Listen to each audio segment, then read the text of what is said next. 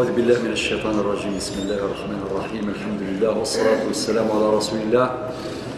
أيها الإخوة الكرام، السلام عليكم ورحمة الله وبركاته. تسجل الحلقات الثلاثة من حلقات بيان موطأ الإمام مالك.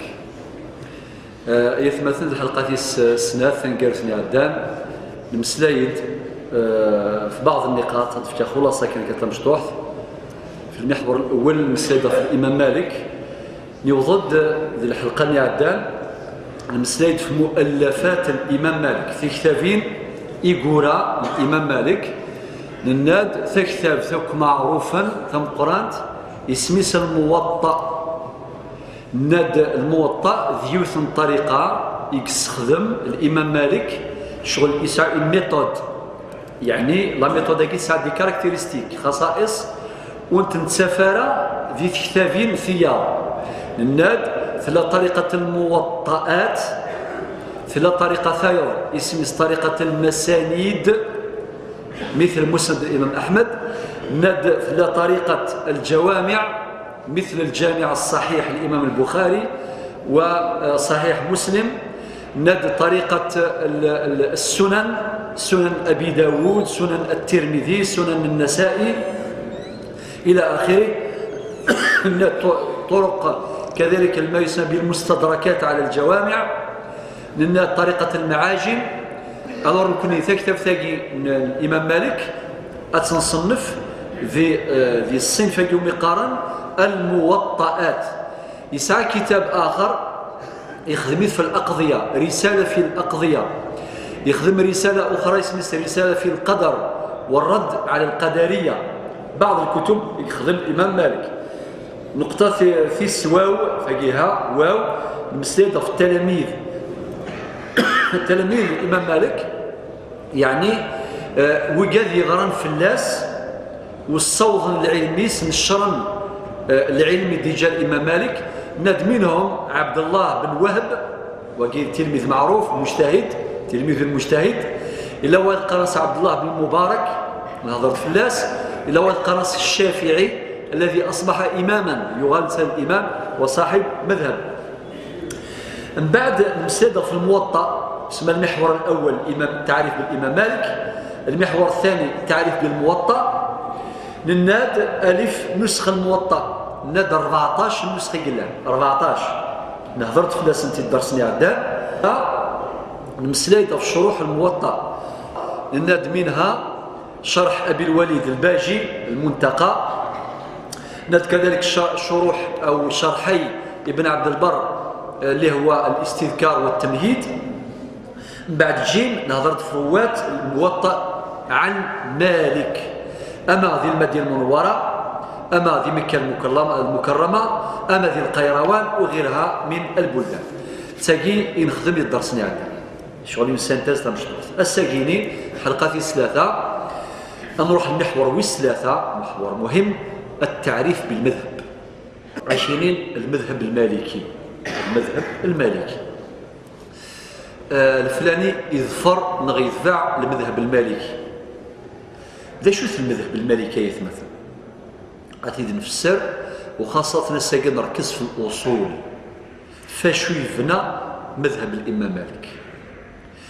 مكولة خان يسعى لساس، يسعى فاشو يبنى ولاد مذهب الإمام مالك يبنى في لساس إلى قنزر ذا شو ثلساس المذهب المالكي.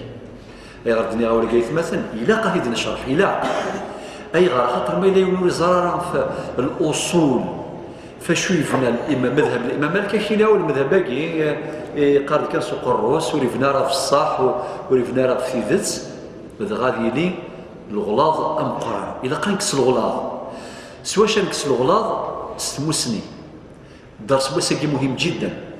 سمحت لي نخدمي في الجامعة على مدار حوالي 10 محاضرات 10 لي كونفيرنس ميداكي غير نحفظ ربي أتنخدم كيف في المحاضرة سمبليفي أدنفك لا كريم أولي أدنفك كجو نشينا أدنفك جو أكي أدنفك جو أستفهم إن شاء الله ولا استشفون أكني لاق خاطر تصغي تراجون المذهب المالكي الله يبارك طاس موطأ شرح الموطأ، فبالتالي نفضل الريزومير في مسالاكي يعني في 11 نقطة. 11 نقطة. المذهب المالكي الأصول ينس قواعد المذهب وأصول المذهب هي: الأصل الأول القرآن الكريم. بغا تقسم بعد الحروف صافي يفناثها في الصح، يفناثها فوال ربي سبحانه عز وجل. زمن دينيون ودينا الأصولين إلا وين دي صرح نتسع. هناك ما صرح به الإمام مالك في كتبه، كأن يقول أصولي في مذهبي كذا كذا كذا. إلا وين دا تلاميذ ينس من استنباط تلاميذ الإمام مالك من خلال دراستهم للفروع الفقهية، فاستنبطوا هذه الأصول التي نشرحها اليوم إن شاء الله وقبل. إذن الجذرة مزوروث، الأصل مزورو ذا ولا ربي. وطبعا هذه قواسم مشتركة بين جميع المذاهب، باش نوالي مارس المذهب الشافعي نغ الحنبلي نغ الحنفي نغ المالكي، ماشي معنى اسم كل يون ذا الدين وحدس خاطئ. الدين يوان ولا الجذرة يوث لازمات نشبهها من التجرة تزمورث تسعى الجذرة من بعد تسعى يفركاون، تسعى يفركاون في قالكي الفروع الفقهية. هذه الفروع وهذه الأصال بمثابة هذه الفروع، أو هذه الفروع الفقهية بمثابة أغصان الشجرة الواحدة ذات الجذر والجذع الواحد، القرآن الكريم. طبعا القرآن الكريم تزرمت اياه والتعريف الناس هو رب سبحانه، هو كلام الله سبحانه وتعالى المعجز المنزل على سيدنا محمد صلى الله عليه وسلم باللفظ العربي، المنقول بالتواتر، المكتوب بالمصاحف، المتعبد بتلاوته، المبدوء بسورة الفاتحة والمختوم بسورة الناس توقيفا. طيب، الإمام مالك ذي المذهب يسمى ثنغر أن فلساس يسام زوالو ذوال ربي سبحانه عز وجل صافي يفنث في القرآن الكريم. طويل غير نقطة خاطر ثبان الأصل والسين السنة النبوية، يعني ثلاث السناث السنة النبي صلى الله عليه وسلم إذ نشرح الدرس نيام زوالو يمد لنا ذا شو لا ديفينيسيون السنة عند الأصوليين، عند المحدثين، عند الفقهاء. ناد عند الأصوليين ما صدر عن النبي صلى الله عليه وسلم على سبيل التشريع من قول أو فعل أو تقرير. للناد عند المحدثين ما صدر عن النبي صلى الله عليه وسلم من قول أو فعل أو تقرير أو صفة خلقية أو خلقية بين قوسين أو سيرة. وللناد عند الفقهاء ما يقابل الفرض أو ما يقابل البدع. صافي ثنائي مثل السنة ديجا النبي صلى الله عليه وسلم يعتمد في الناس الإمام مالك. أما السنة القولية وقد قال الكثير من العلماء أن أسانيد الإمام مالك في كثير من الأحاديث سمناس السلسلة الذهبية، السلسلة الذهب، السند ينس يفنى في الصح. يا أخي كني قال الإمام الشافعي من أسند فقد حمل. ذا الإمام ابن المبارك يناد الإسناد من الدين ولولا الإسناد لقال من شاء ما شاء. السند إذن النبي عليه الصلاة والسلام أكوين ديالنا يبضل الإمام مالك يعتمد في الناس ذي لاسوس في السناث ذي العين صار مغتسالة في السناث يفيق فنا الإمام مالك الفنينس نغ المذهبينس. طيب أسيدي في الثلاثة المصدر بالثلاثة الإجماع، إجماع الصحابة، يعني آيان في مسفهامان الصحابة من بعد الوفاة النبي صلى الله عليه وسلم. خطر الإجماع تعريفه وما أجمع عليه الصحب الكرام بعد وفاة النبي صلى الله عليه وسلم على حكم من الأحكام الشرعية العملية. أي غرد لنا أين في مسفهما الصحابة بعد الوفاة النبي صلى الله عليه وسلم، هذا قيد معتبر. المعنى أين في مسفهم الصحابة في الحياة النبي صلى الله عليه وسلم يعتبر سنة تقريرية ماشي في الإجماع، خاطر يتعيشي إذا مثلا ديون في كي دان إكزومبل هيت في إكزومبل ما يمثلون إيجاد مثلا إيجاد جداس ستيس أشحال تورث أتورث في 6. الصحابة نجمع في نقطة أما جداس فافاس أما جداس يماس أشحال تورث مفروض غير المفتي نغير الإمام نغير النوتير أسين في كيد الدليل أكيني إجماع الصحابة، دليل إجماع الصحابة. والصحابة قالت مثلا في كسوثار بلي عاشنا كل النبي صلى الله عليه وسلم زرا ماشي نقرا القرآن الكريم والسابقون الأولون من المهاجرين والأنصار المدينة رضي الله عنهم ورضوا عنه. غير كل مدينة فريون الصحابية ديني رضي الله عنهم هذه رضو ربي فلاس وكما إلا يوان إما إلا نجماعا فيوث نتغاوسا ذي تمسات خاطر ما ديني غير الإجماع توجور يفنى في القرآن يفنى في السنة. على كل حال ما لا يدرك كله لا يترك جله. ماذا بكم كل مسألة تحتاج إلى مزيد بيان، ولكن كان أي نحواج بعد دنوغال الأصولاقي ما نبذو نشرح عند شرحنا للموطأ سنعود إلى هذه الأصول.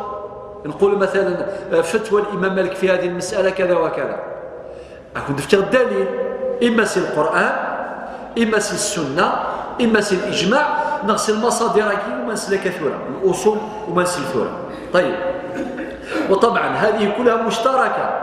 أما الإمام الشافعي الإمام أحمد الإمام أبو حنيفة الإمام الليث سفيان الثوري كاع العلماء في كذاكي وغالنك ولا صراكي ومثله هذا إجماع.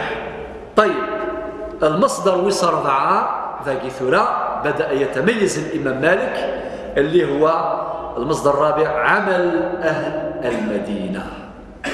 هذه لقد طول الشطر لا بد من تفصيل.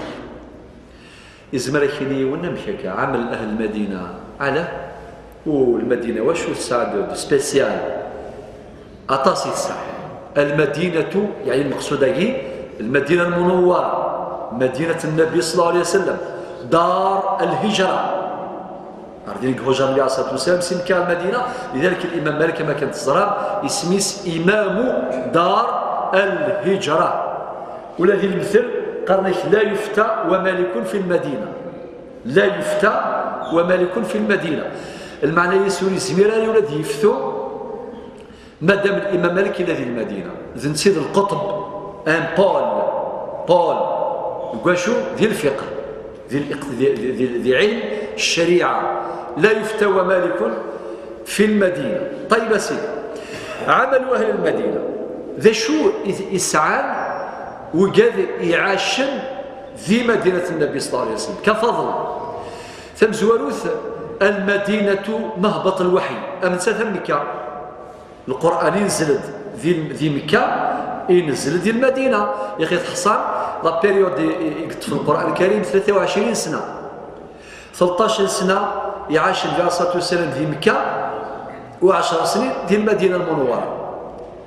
طيب سيدي 10 سنين نارون ديال الشفرة وأقل من 10 سنوات أقل من 10 سنوات يعاش النبي صلى الله عليه وسلم ديال المدينة المنورة. طيب القرآن الكريم كان يتنزل بمكة ويتنزل بالمدينة، إذن المدينة هي أيضا مهبط الوحي. القرآن كان يتنزل بالمدينة المنورة وكما يسمى بما عرف بالقرآن المدني سواء الذي نزل بالمدينة بعد الهجرة، والقيد المعتبر هو ما نزل من القرآن بعد الهجرة يعتبر قرآنا مدنيا ولو تنزل أو أنزل بمكة المكرمة.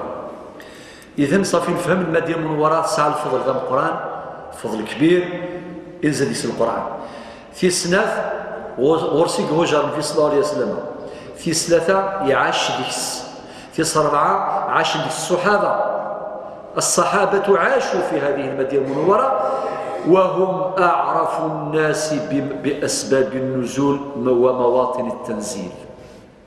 يعني ولاش ويك الزران ويك حصان لي سيركونستانس ظروف نزول القرآن من الصحابة إطلاقا. الدكتور يوم مفسر عالم العلماء وريزميرا غادي يسعوا ثموسنيك ساعة الصحابة خاطر عاش نبذن في صلى الله عليه وسلم القرآن أدي تنزل في اللاس الاثنين 19 يدس صافي زران من لي سيركونستانس الساقي له العلم يسميه علم أسباب النزول باش مثلا أذ يفهم ان فيرسي كورانيك يوث الآية إذا قد يسن لي سيركونستانس ظروف نغ أسباب النزول من مي تنزل الآية الفلانتيكا تنزل ذي الظروف كذا وكذا ثاقي أتعيون المفسر أدي فسرنا ولا ربي سبحانه باش يفهم المقصود من القرآن نغ الآية ني أدي فسر. إذن هذه كلهم يعني كلها خصائص خاصة بالصحابة هم أعرف الناس بالتنزيل. لذلك الإمام مالك إناد عمل أهل المدينة حجة دليل عمل أهل المدينة حجة ودليل. تشفى ما يثمثل مثلنا في السنة العملية النبي صلى الله عليه وسلم ذي الحج إناس خذوا عني مناسككم حج فدا ما كنت ولم تحجوا ولم الصحابة يبدا الطواف سي الحجر الأسود سي مرفذون صح لا ماشي صح ماشي ولا ذي اجتهاد السي ليسونسيال خدمة 7 تور نو ماشي الاجتهاد في هذا أتفضل أن دايفذا سي الحجر الأسود وتسلمض في الحجر الأسود تسلم على الحجر الأسود ما تزمرض بيان سور ما تزمرض. لذلك ثورة دي زمان قلنا القوى الغشي باش تصوض الحجر الأسود سيوم تخدموا سبور ستيويث هكا. لذلك الإمام عمر بن الخطاب زار ما كي يخدم باش يديروا الطواف يهضر سي وزرو خاطر يسعى كان يسوف لنا ركض يزرا شويه كان اللي عبد يزرا من نسى قبل ان يديروا الطواف باش يقتدي بالنبي صلى الله عليه وسلم يدي السن في الحجر الأسود يهضر سي وزرو أزرو يهضر يناس يا حجر والله إني أعلم أنك حجر لا تضر ولا تنفع ولولا أني رأيت رسول الله يقبلك ما قبلتك.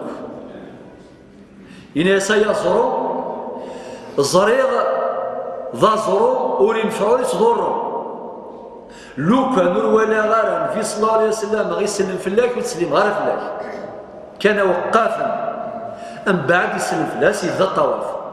لو كان كاين امك السنه ياكي ماشي في الفرض السنه عمليه يوالا امشي يخدم من نسى ذلك غادي ناخذوا عني مناسككم اما الوقوف بعرفه اما اعمال المنن اما ايام التشريق اما الطواف بالبيت العتيق اما السعي بين الصفا والمروه يا كل ديتاين يا كل قلان ذي الحج امشي تنتسني مثلا السننتنت عن طريق السنه القوليه والعمليه لا براتيك يخدم النبي صلى الله عليه وسلم فصل كيف ولاش الايه ديالنا باللي العائشه صار 4 ركعات ولاش ماشي القران ديالنا القران تزلف دايا اقيموا الصلاه دايا ديال القران الكريم زلف ولكن امشي نزل امشي نرفسنا امشي نركع امشي نسجد امشي تجي كلها ثابته في السنه العمليه مصداقا لحديث النبي صلى الله عليه وسلم صلوا كما رأيتموني أصلي. طيب ثم جماعة الخير ما إلا أدنفك الأدلة من عمل أهل المدينة. صلاة العيد أكون استقصير فصلي ثلاث هل ترى أم صلاة الجمعة نغالا وردي جاوب حتى صلاة العيد، صلاة العيدين هل ترى كما هي كما صلاة الجمعة؟ الجواب تفضل ماشي كيف الجمعة ذي الخطبتين سمزون تصليف يا أخي كان الخطبتين كالشيخ محمد وبعدين الشيخ محمد ينزل يصلي بين صلاة الجمعة وصلاة العيد. صلاة العيد يعني يبدأ بالركعتين وبعدين الخطبتين ويغدينا ولا ثابتة. نكون نمشي غديو سمح فيه الإمام مالك يفنت في عمل أهل المدينة إن يكفى كان النبي صلى الله عليه وسلم كما كان يصنع الصحابة توالين للخطبتين يستقبلهم وظهره إلى القبلة، يعني يبدأ يقف يتمثل المسلمين ظهر ينس القبلة ماشي يقرأ يسكن الظل خاطئ الخطبتين قبلك. زيد صلاة الجمعة تسعى الأذان والساعة تسعى الإقامة والساعة وصلاة العيد لا أذان ولا إقامة. يباس واحد المخلوق صلاة العيد كان يستنى برا، ما ذاك النوع اللي يستنى برا ما يحبش يدخل الجامع. بعدين قالوا له حتى نشوف الناس خرجوا أو كيف ما وصلت علاش ما جي يصلي؟ قالوا ما كنت نستنى الأذان. والله خير كاو أي ترجوا الأذان. صلاة العيد ما عندهاش لا أذان ولا إقامة. الإمام مالك بنى مذهبه على عمل أهل المدينة، قال لك الصحابة وأولاد الصحابة وتلاميذ الصحابة كلهم أعطوا نفس الموقف كامل، فصار عمل أهل المدينة بالنسبة للإمام مالك مصدر من مصادر فقهه، بل قدمه على خبر الواحد خبر الآحاد وقدمه على القياس. ثنتاقي خبر الآحاد أو كذا القياس إزوارثا عمل أهل المدينة. وفيه رسالة كبيرة كتاب ضخم ألفه واحد من علماء الجزائر الشيخ بوساق، كان منكم يسمع به. الشيخ بوساق خدم كتاب كبير عن عمل أهل المدينة، وإن شاء الله مين نبدا للشروح ونزلت إن شاء الله نجيب لكم بعض الكتب وتشوفوها مباشرة من هذا الكتاب إن شاء الله وقدر.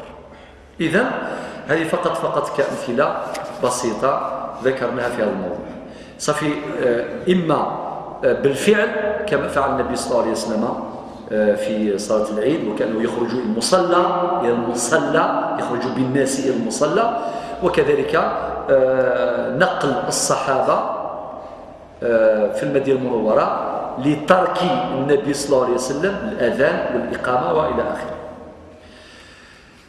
طيب سيدي، ومما ورد في كتاب الإمام مالك إلى الليث بن سعد بس رسالة باش سنينا وقي كلام الإمام مالك لناس إن الناس تبع لأهل المدينة، إن الناس تبع لأهل المدينة التي إليها كانت الهجرة وبها تنزل القرآن.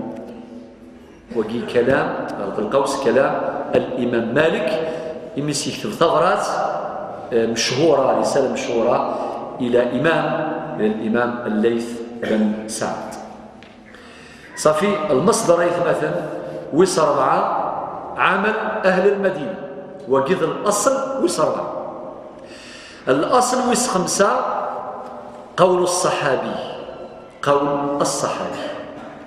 طيب وقيم خلفك الإجماع معناه إجماع الصحابة أو كنت فكر مثال سمحت لي صبرت لي شق أي تعاوني مصحاب لي مات قلت المسألة يونواس الإمام علي كرم الله وجهه يروح الجمعة باش يخطب الجمعة ويصلي بالناس. الشجاع سديت نتمطف سؤال ثناياس يموت ورقازي إيجاد شفوت مليح إيجاد نتساف ثامطوثيس تاقي السائلة إيجاد يماس إيجاد يلبس إلى آخره خدمات المسألة خاص وتي نشرحها سيدي غادي كنت نشرحها وقال غادي ياكل الوقت ولكن بشكل باختصار من بعد نتساف تساوي 100 مادام يسعى الدريه تساوي في 8 100 ولكن الامام علي كرم الله وجهه كان يمشي باش يدخل الجامعه ويطلع فوق المنبر ثم دار لي كالكول حساب يوفى باللي المساله عائله من 24 إلى 27 سي 24 27 من بعد ثم يخدم كالكول إناياك ثمطوث لو كان المسألة نتاعو ثلاثة يساوي 27 أتساوي ان تيير ان ويتيام معناها 3 سي 24 ولكن بيسك عالة المسألة جو برافو كانوا طابلو خير باش ندخل الحساب سي 24 غير 27 صافي تشوغل 3 من 27 اشحال يساوي النافية 3 من 27 النافية تيس 9 ولكن 3 سي 24 200 باش تزرم الامام علي اما كدير يغرى لي مات ثم يجاوب يجاوب يتيد على الهواء مباشرة تفهم نتساف أكد ويقال يعني يركز المليح ويقال يركز المليح يدس وقال يفهم الحساب الذهني هكا كالكول مونطال يا أخي كسقال وفيرك نضيع الوقت ولكن تشرح غسل يضم شرح أمشي سيدنا الإمام علي يبدأ يخدم خطبتنا إناس الحمد لله الذي يحكم بالحق قطعا وإليه المآب والرجعة ولكل امرئ ما يسعى المسنة وصار ثمن الزوجة 9 وصار ثمن الزوجة 9 إشجاع رسالة ثم تفهم باللي أتساوي 200 طرواسي 24 ولكن بويسك المسألة عائلة ثغال أتساوي 3 سي 27 معنى أن فيان وصار ثمن الزوجة 9 تفهم الصحابة النجماعا فصار إجماعا في ظاهرة حسابية رياضية في غاية الدقة اسمها العول وكي موجود في علم الفرائض كرام كان باختصار أسنظا أكون شرحها في مسالك إن شاء الله وخاصة تمسلتين أمشي السمام الصحابة فينا سور بلاص بيسك الفتوى تفرض سي المنبر مسألة مشهورة اسمها المسألة المنبرية في منبر الكوفة المسألة منبرية نسبة إلى المنبر خطر الفتوى تفرض من خلال الخطبتين إذ يخدم الإمام علي وهو يخطب في الناس الصحابي ذا شو تا ديفينيسيون الصحابي غادي نصدق قبايليت وين عاش النبي صلى الله عليه وسلم صحيح سير ولكن لا تريد ديتاي لقات دينا الصحابي هو من آمن بالنبي صلى الله عليه وسلم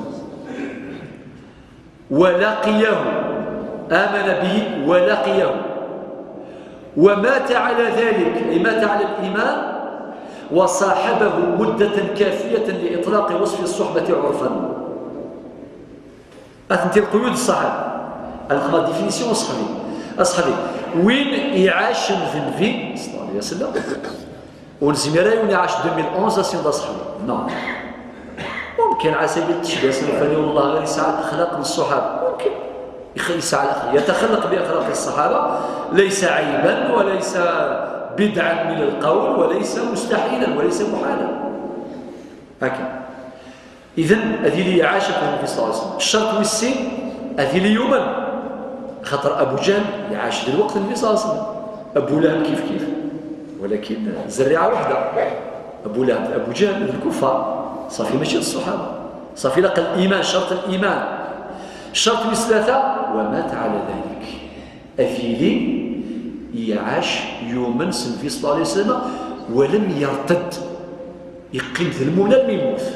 أكد دينا رب القرآن الكريم إن يا أيها الذين آمنوا اتقوا الله حق تقاته ولا تموتن إلا وأنتم مسلمون. أترفيو دين السلام كرواي براتيكو ديال سواسي بطل أريج الإسلام يغى المرتد تجري عليه أحكام الردة. حديث قياس معناتها الشرط الثالث لقليل مات مسلما مؤمنا. الشرط الرابع ذا شوث صاحبه مدة كافية لإطلاق وصف الصحبة عرفا. ماشي مقرث الدباسي خدميلس une affaire دي تجارة مقرث بور 5 10 minutes سيني كذا صحبي. لا ناد العلماء يلق الشرطين يلق يصاحبه ينقل عليه ويتعلم عليه إلى آخره. اسم الدين يقول قول الصحابي هذا المصدر. نعم الإمام مالك اعتمد عليه يعني بشرط عدم ورود حديث صحيح في المسألة.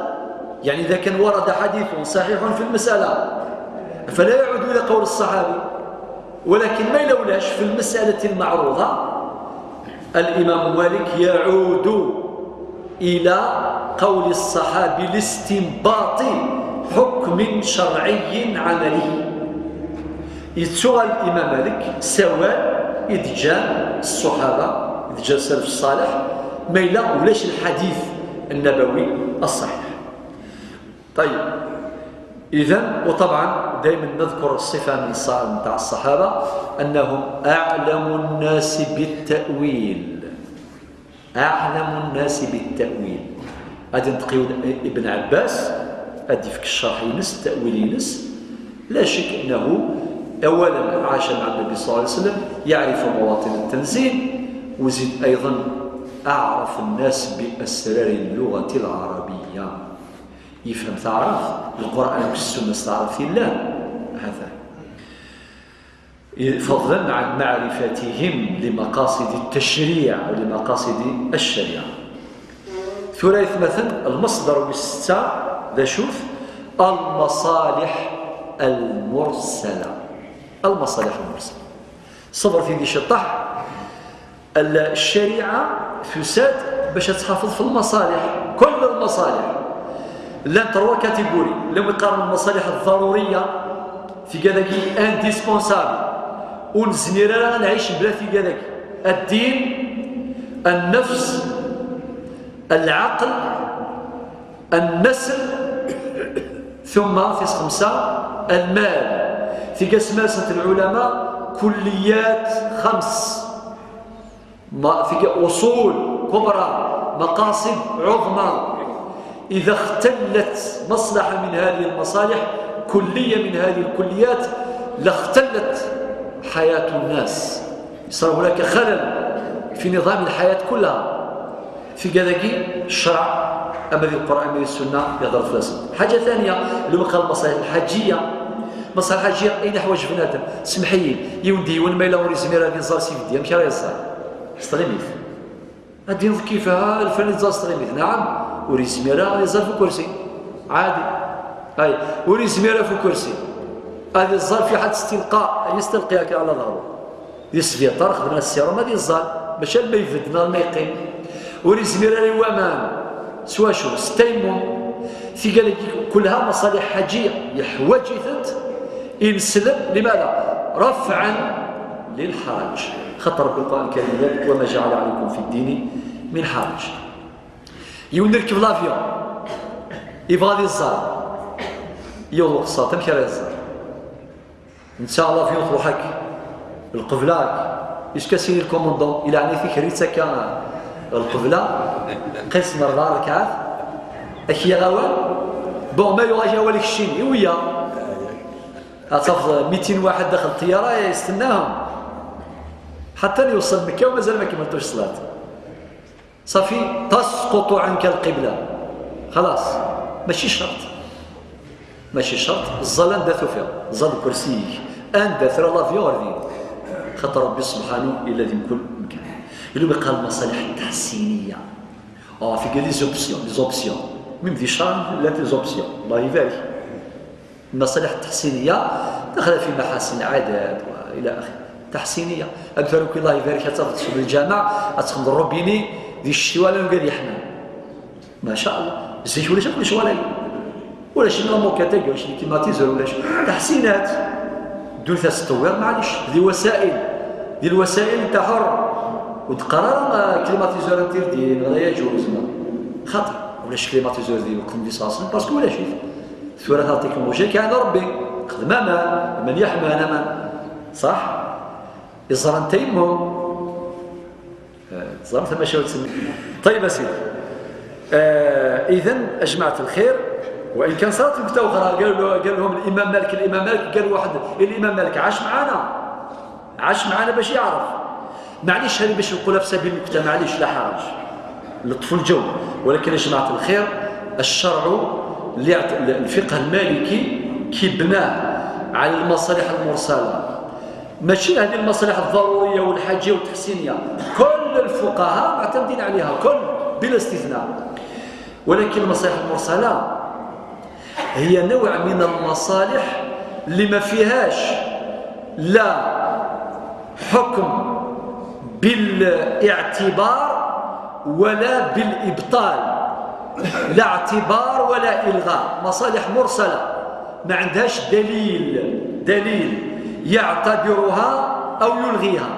هذيك هي المصالح مرسلة مطلقة. أدفك مثال معليش سمحتي أمشي زوزوم زيك ثمورتي يا جماعة الخير تفركيو أنت زوزوم سلكا غضنا بالكا زيك برالكا زيك تفركيو نزات سواء الناس تبيع الأراضي نتاعها بدون نوتير ولا قاضي ولا والو بالكلمة سواء روح يا زمان جي يا زمان ضرك ما تقدرش تبيع الأرض إلا بالكارت صح. العقار لا ينتقل من البائع إلى المشتري إلا بتوثيق دزاكت لاكت. الدنيا ولات هكا درك نقول لك هذه غير موجودة في عهد الإمام مالك ولا غير موجودة في عهد نعم تقول لي هذه مشروعة سي ليجيتيم على خطر تحقق مصلحتنا. المصلحة نتاعنا باش يكونوا كواغط كي ما يكونش الكواغط ممكن تكون كوارث. سي بور سا التوثيق وين ندخلوه في باب المصالح المرسلة. لماذا؟ خاطر يحقق هذا المبدأ يحقق مصلحة الإنسان ديال الفايدة. عقود الزواج لاك دو مارياج زيك زوجين بلا كار الراجل يخطب المرأة وبعد من بابها وكذا متفاهمين الفاتحة تاع الشيخ يكفي. روح يا زمان جي يا زمان ولكن حاجة اسمها لاك دو مارياج انديسبونسابل صح. سي بور سا بكري تزوجوا بلا كوا بكري تقول بكري ماشي معناها 50 سنة وروح لقدام كامل. وقت الثورة الجزائرية كاين بزاف العقود ما عندهاش كاع كواغط. وقتاش عقدوها بارفوا جوستيس ابري الاستقلال. ابري الاستقلال لا بلوبار تاع الناس كاين بريزومي هكا تصفيو الساعة 5 والرويس ورسالة العقد ابري الاستقلال من بعد روحان بارفا المحكمة السيني بابا فكان لاجا بيبري واقي 15 سنة واقي 13 واقي 17 الطبيبة يخدمنا بيبري تقدير ينس. ولكن يساد سكي لاكت ياكل شوالي العقود كي توثيق العقود يكشم في الباباكي صافي سي ليجيتيم كود لا روت اسكو الا في القران كود لا روت ولا شي فكي زير الايه دينا المؤمنين الا قد ريسبكتيم كود لا روت ولاش الايه ولاش الحديث ولكن عندها تنسكشن كود لا روت تنسكشن ديال الباباكي ديال السورسي المصالح المرسله. سيتادير لو كود لا روتين قد ريسبكتي. اسمح لي يا جماعه الخير، الا كنت انت وحشه من الشمال يفردان انت وحشه كلمه لا. اما ذو قاعدين نهار الطومبيل اما ذو قاعدين يركبن كشنا كل خوف خاطر المحنه يقدر عندك فردان تزرانت شحال موت شحال يقدران. الوغ كود لا روتين اي غير يوغا ليجيتيم فيزافي الشريعه، مشروع بالنسبه للشريعه لانه يحافظ على الارواح.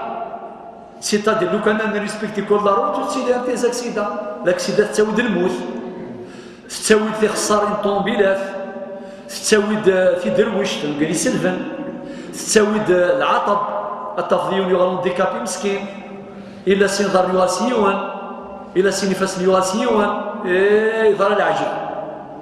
ابا سي بور سا هذاك الدينيغ لو كود لا روت يكشم ذي الباباكي ومقارن المصالح المرسله. سي بور سا ما كاين الشيخ يجب احترام قانون المرور. بس قرر الشيخ كيف هو؟ نعم، هو الامام مالك يعتمد على هذا المصدر تخصيص المصالح المرسله. طيب يا سيدي، ثم نروح للسوس والسبعه. القياس. القياس كيف مثلا هو مساواة أمر لأمر في الحكم الثابت له لاشتراكهما في العلة. وقد التعريف الشرعي التقني الفني، تعريف دقيق.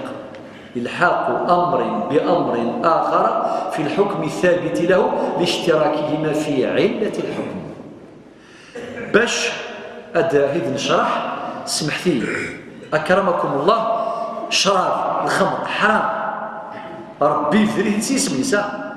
إنما الخمر والميسر والأنصاب إلى آخره. إلا د الخمر يفريتنا د الخمر ذا حرام، ولكن يا جماعة الخير يفرض هو النظام والسمانة راه شراب السمانة اسمها نبقى غير اسكوز ما كاين يوم النوم أو كذا جايزين جوزا أخاطر ربوثني حرمان إنستو حرما بالقياس. خطر الشراب كرمكم الله أصل مذكور في القرآن الكريم وذكر حكمه، الحكم يصل حرام لا يجوز. ما نفيون المشروب كرنتي الثجر ديفانا ذي كل زمان ذي كل مكان. تسعى علة التحريم اللي هي الإسكار، وإذا تعرف العلة في تفاصيل كل حاجة تصل للطيسة. ألور أي ديفان ذا جديد اسمس الفرع. الخمر ذا الأصل، علة التحريم الإسكار، حكم الأصل التحريم، الحكم يصل حرام. إن كل فرع على ديفان ذا جديد يسعى السبة في تحرم الشراب أذ يغى الحكم الأصلي يطبق على الفرع في قلقي ومقارن أركان القياس.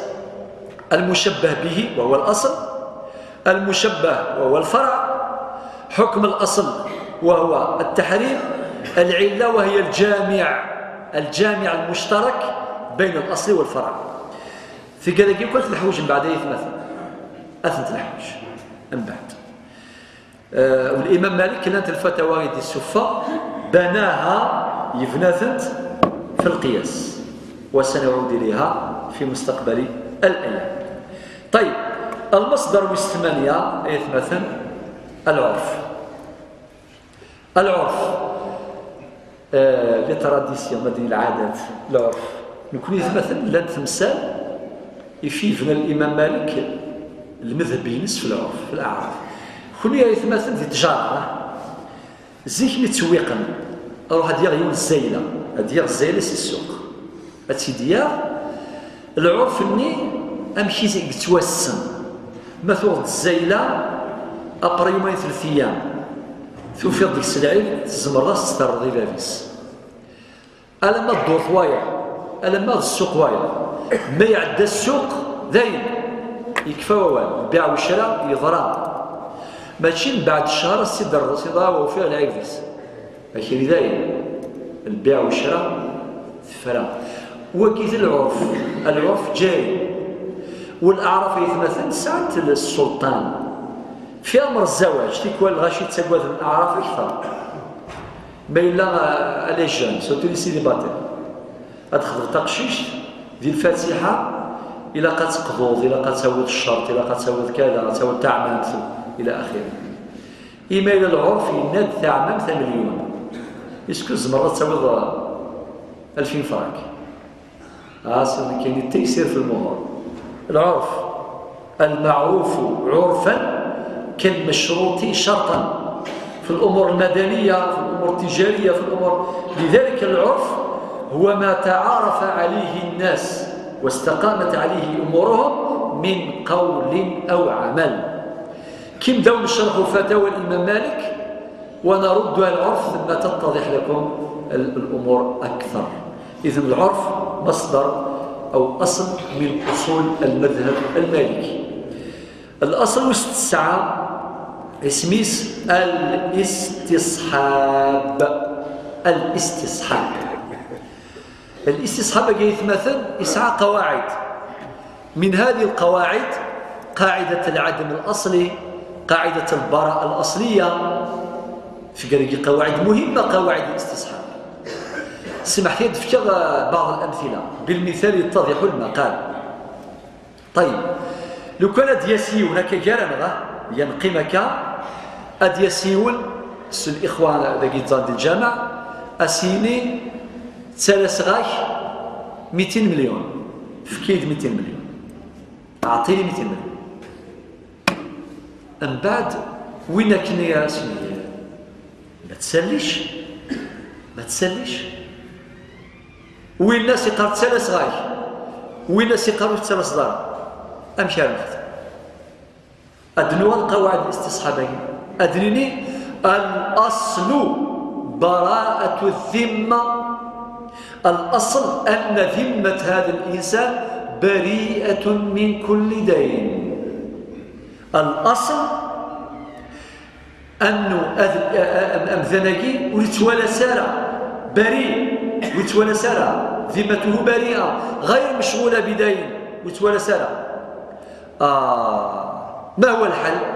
أسنني وإنا ندفع بهذه القاعدة الأصل براءة الذمة.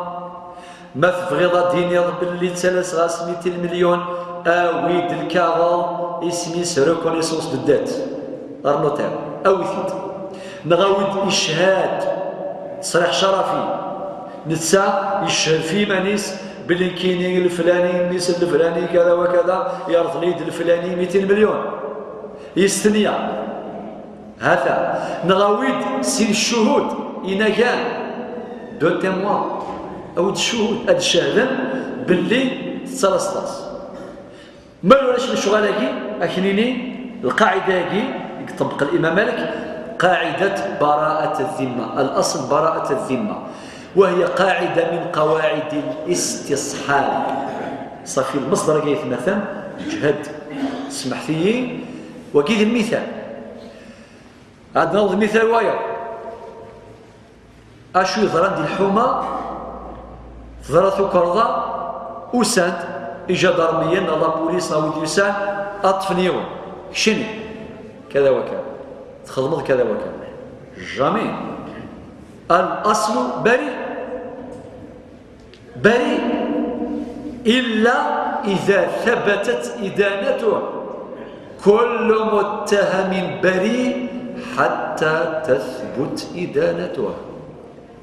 ماشي ما كنقاص قبايلي قنالنيش الديضينيش ويضروا ذي العجب زرا باش تصل ضرنا باش نطبقوا هذه القاعده من الناحيه الاجتماعيه. دي فتصرى مشكله في الباطمه ولا في الحومه ولا في العائله تلقى كل شيء مقطع شكون دار هذه عمي عمتي خالتي خالي وبعدين قره داخل لا فامي. واش من السبه ما طبقوش هذه القاعده قول برك مفهوم. واسمح لي دي فوا واحد يدير رقيه وبعدين كاش واحد يقول له على بالك شكون دار لك سحور عمتك دارت لك سحور في الشجره اللي في الواد لا دراس شغل جوجل يجيبها لك اون ديتاي وبعدين كيجي للدار يدير لا ريونيون مع لا فامي، يقول لهم على بالكم شكون دار لنا سحور؟ عندي درتها في الشجره اللي في الواد. الور من غادي اقطع صله الرحم. قال اخر اين القاعده هذه؟ صدق القاعده هذه ماشي من الناحيه الفقهيه المدنيه التجاريه في جميع المجالات. وكي نشرح لكم فتاوى الامام مالك تشوفوا كيفاش يعتمد على قاعده الاستصحاب او اصل الاستصحاب. طيب اسيدي، سيبوزون معليش حنايا انايا 2 3 4 5 حنا خاوه، عندنا واحد خونا في الغربه، مات بابانا وخونا في الغربه، ما على بالنا عندنا واحد شهرين ما سمعناش صوته، ما هضرش معنا. كي مات بابانا نقسموا التركه، نحسبوه ما نحسبوهش، نحسبوه. اي بورتون ما عندناش دليل بلي راه حي الان، ما عندناش دليل. بالك خونا مات دوبي 48 اور ما على بالناش. ولكن حنايا كي نديروا الفريضه نستصحب حياته. شفتوا الاستصحاب؟ نستصحب حياه الغائب الوارث فنقدر له نصيبه في الميراث استصحابا لحياته. يعني القاعده هذه عندها طاس من التطبيقات. حتى نفهم شويه الاستصحاب. المصدر 19 الاستحسان. الاستحسان. طيب كاين بعض العلماء اللي يرفضوه كما الامام الشافعي. الامام الشافعي قالوا من العباره المشهوره من استحسن فقد شرع. ما كاينش استحسان عند الامام الشافعي. الامام مالك اخذ به. وطبعا نعطيكم مثال. ملايون يخدم الحبوس، الحبوس وش معناه؟ يوم ذكر نغدخل ناشو اثيف كيوض من ربي حبوس وقف. الوقف هل تطبق عليه احكام البيع ام احكام الايجار؟ الجواب هو اقرب الى احكام البيع من احكام الايجار، خاطر لان كل منهما يفيد نقل الملكيه، ملكيه الرقبه. ولكن العلماء منهم الإمام مالك نطبق عليه قواعد الإيجار على من أجل الاستفادة من منافعه، خاصة حقوق الارتفاق وهي المنافع. فهو هنا نطبق عليه قواعد الإيجار لا قواعد البيع استحسانا. مسألة دقيقة جدا لا يسمح الوقت باش نفصل فيها، فقط باش ندير يا جماعه كما قلت لكم في اول مره. ميراث النبوه علم يحتاج الى باش نفهم. اخر مصدر قبل صلاه اذان العشاء سد الذرائع. سد الذرائع مهم جدا. رقم 11 الامام القرافي في الفروق قال هي الوسيله الى شيء، والامام الشاطبي في الموافقات قال هي التذرع بفعل جائز إلى عمل غير جائز، أي ما كان ظاهره الإباحة ولكن يؤدي إلى فعل محظور.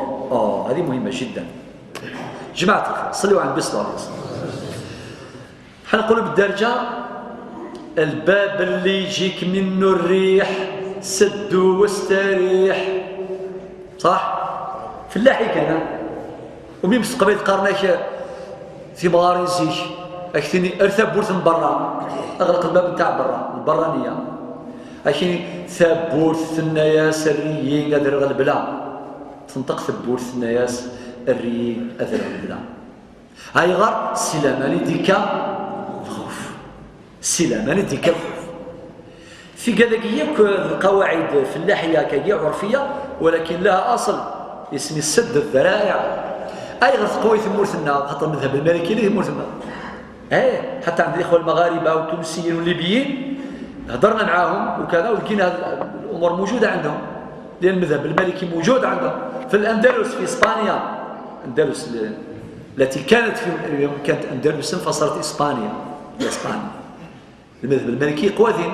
إن شاء الله في الحلقة القادمة في مقدمة الحلقة نعطيكم بعض المعلومات في انتشار المذهب المالكي وبعدين ندخلوا في الشرح مباشرة.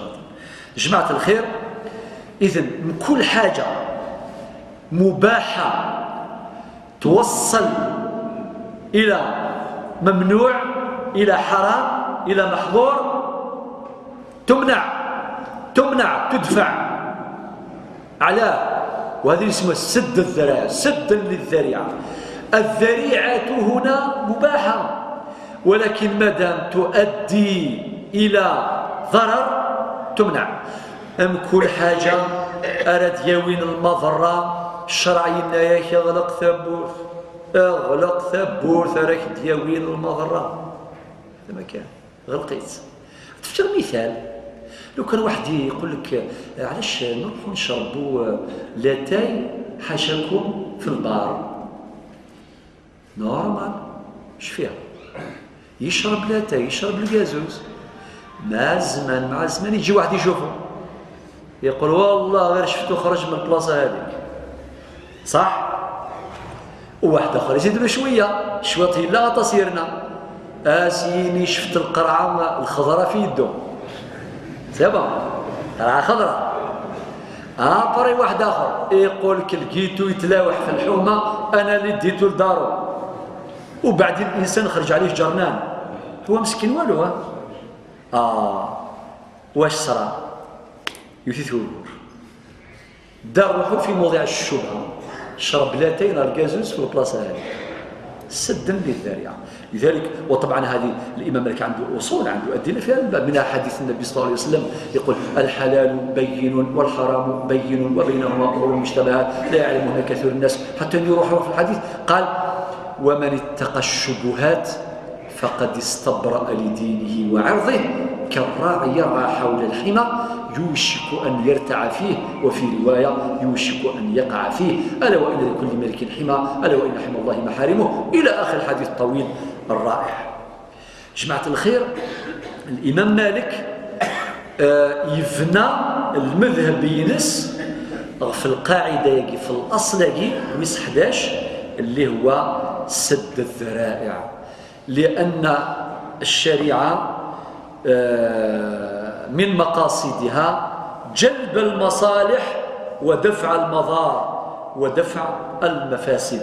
لذلك هناك قاعدة ذهبية إن درء المفاسد مقدم على جلب المنافع. نشرح لكم هذه القاعدة. طيب اسمح لي تدير معايا واحد الجست.